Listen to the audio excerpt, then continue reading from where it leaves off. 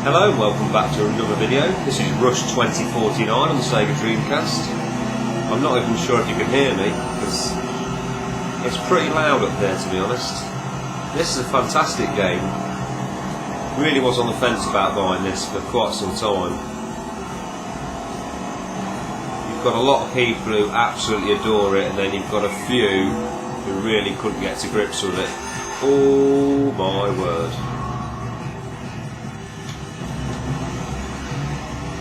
So,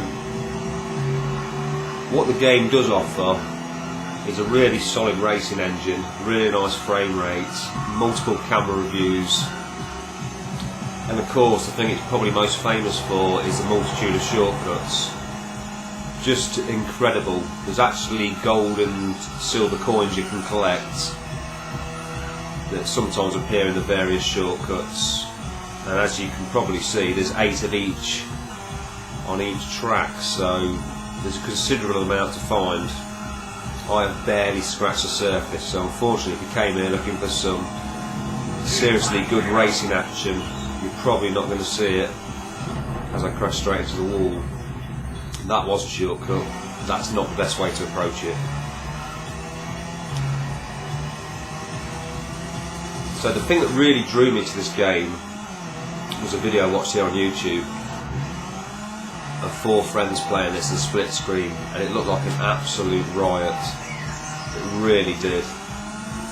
And it was quite interesting how the people at the start who were really terrible at the game ended up winning certain races, and the excitement in the room, it was definitely what tipped me over the edge in terms of getting this game.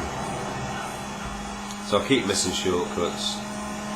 The trouble is, more often than not I end up hitting the wall, but it truly is the way to win the races, is to take the shortcuts. You probably won't do it just racing. So you can also pick a considerable varied amount of vehicles, from F1 cars to jet cars to big muscle car like this one with the engine in the front.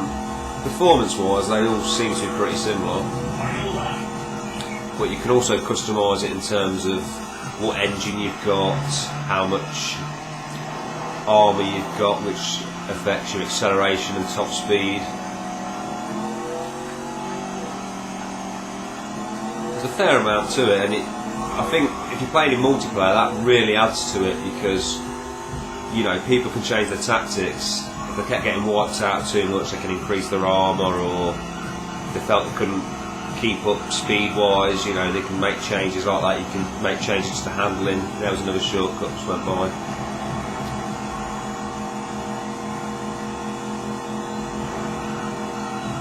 I believe that's what they call the F1 car there on the inside. I'll quickly scroll through the camera views, not that I'm going to stay in any of these. But it's nice to have the option there. Oh my, 4th place. So I've probably not mentioned it, but you've perhaps seen it a few times. You can actually press a button and wings come out the side of your car, which sounds kind of crazy, but it actually works really well, especially for some of the shortcuts. So I'll just show you the different cars here quickly. You've got the Rocket, you've got the Magnum, Formula 1, 8 Ball, Super GT, and you can change various things. And I'll show you here, if you change the frame to light, it increases the top speed and acceleration, as you would expect.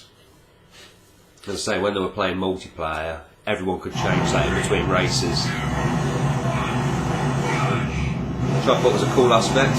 Now this was originally an arcade machine,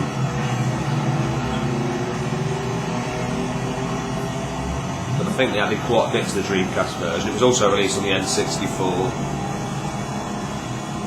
Graphically, it's not the best the Dreamcast has to offer, but with a smooth frame rate and the multiple routes you can take, it's sort of forgivable, to be honest.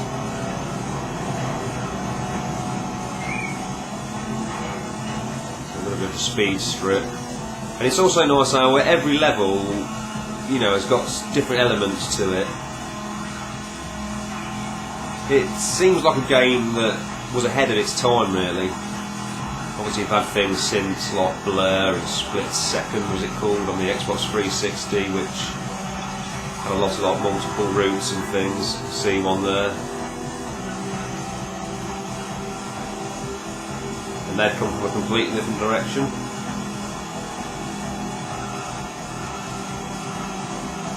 Another one up here.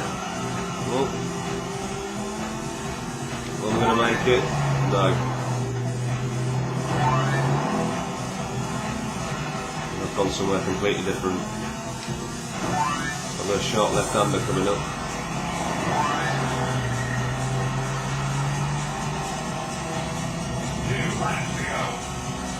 So unfortunately I don't know how the frame rate will actually look on the video footage, because my camera is definitely not going to capture the frame rate that the game actually runs at. It looked pretty good in the old split screen as well, so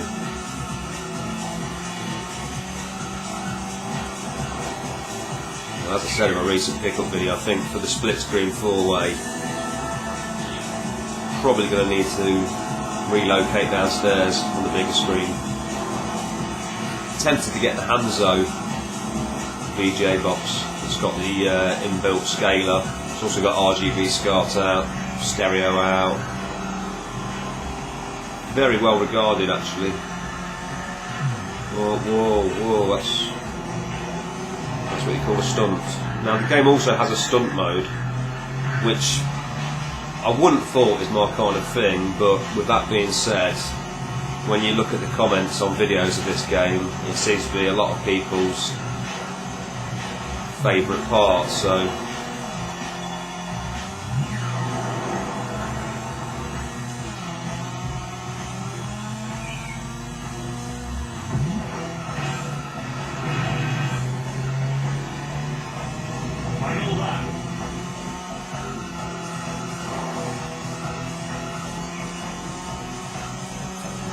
I must say I'm really getting into the Dreamcast controller now. Whether it's because I've bedded mine in from it being brand new or not, or I've just become accustomed to the delicate nature of the analog control stick, I'm not sure, but it's nice. I always admired the Xbox because it had the triggers. It's very handy for the racing games. And obviously the Dreamcast is probably where that idea is taken from. Of course, you had the analog controller for the Saturn, which was obviously the influence for the Dreamcast layout. Oh no, come on. So you can control yourself while you're in the air,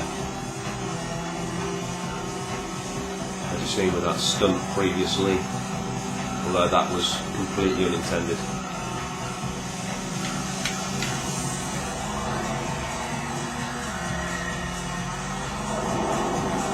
You don't want to use your wings on that jump. Ooh, that could be crucial. You can handily reset yourself just by pressing up on the D-pad, which saves a lot of annoyances, I find. So I'll probably just slip in one more race and then call it a day in terms of this video. Hopefully it's worked out alright. I'll choose a different car. Let's have the F1 Formula 1. And you can change all the paint schemes. Well, certainly there's a variety to choose from, if that's your thing.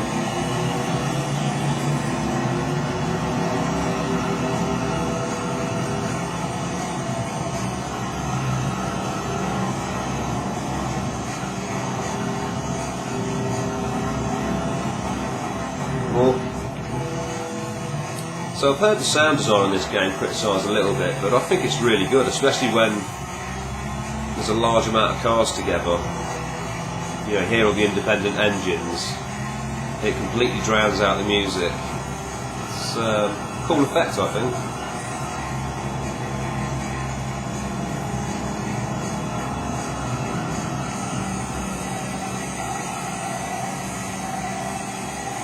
There was a nice shortcut on the left hand side.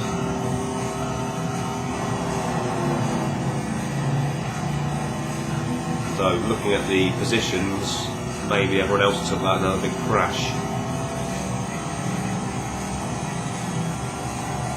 That's hit the roar of some planes, I believe.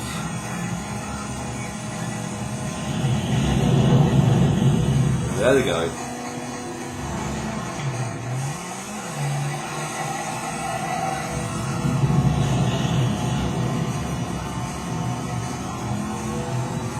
Oh, yeah.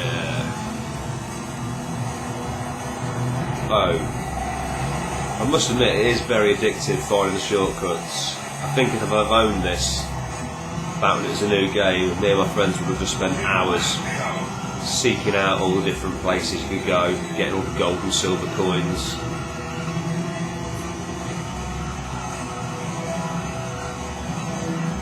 It's definitely a competent racing game.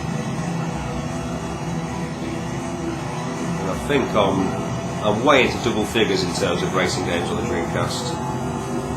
Not that I'm going for a full set or anything like that, but so many awesome ones, especially if you're a fan of arcade racing. This may well be compatible with the wheel, probably a little bit finicky, but you never know. Oh no. Too little too late there. Reflexes let me down.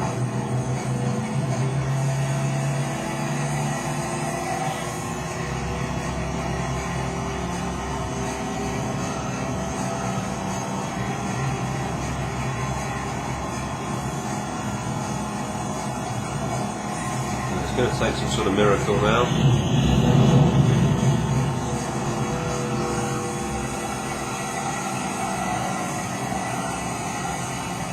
Uh-oh. Oh, that could be the miracle I'm looking for. Oh no, that's a nightmare. Oh, eloquent use of the wings there. I see why it's good. I get it. Final lap. Can I actually make that shortcut? Probably not, because I've completely forgot where it is. I think it's just around the corner, isn't it?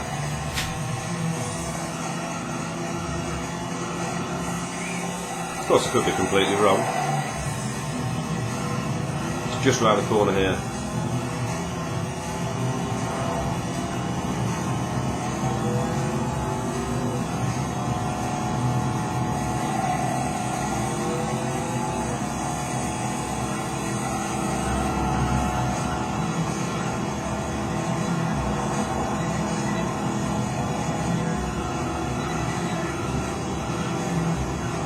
It's here. Let's go, girls. Will it be any good? Oh yeah.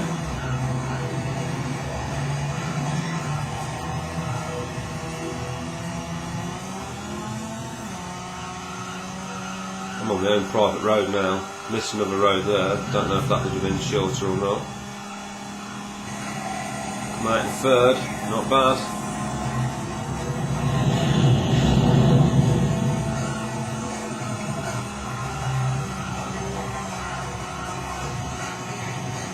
He knows that green one. He knows that green one.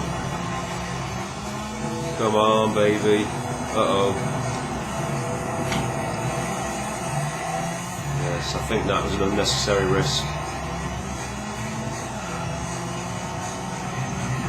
This led to me clambering my way to 4th place, so that's San Francisco Rush 2049 on the Dreamcast. I'd totally recommend it, and I thank you for watching. Hopefully upload some more videos soon.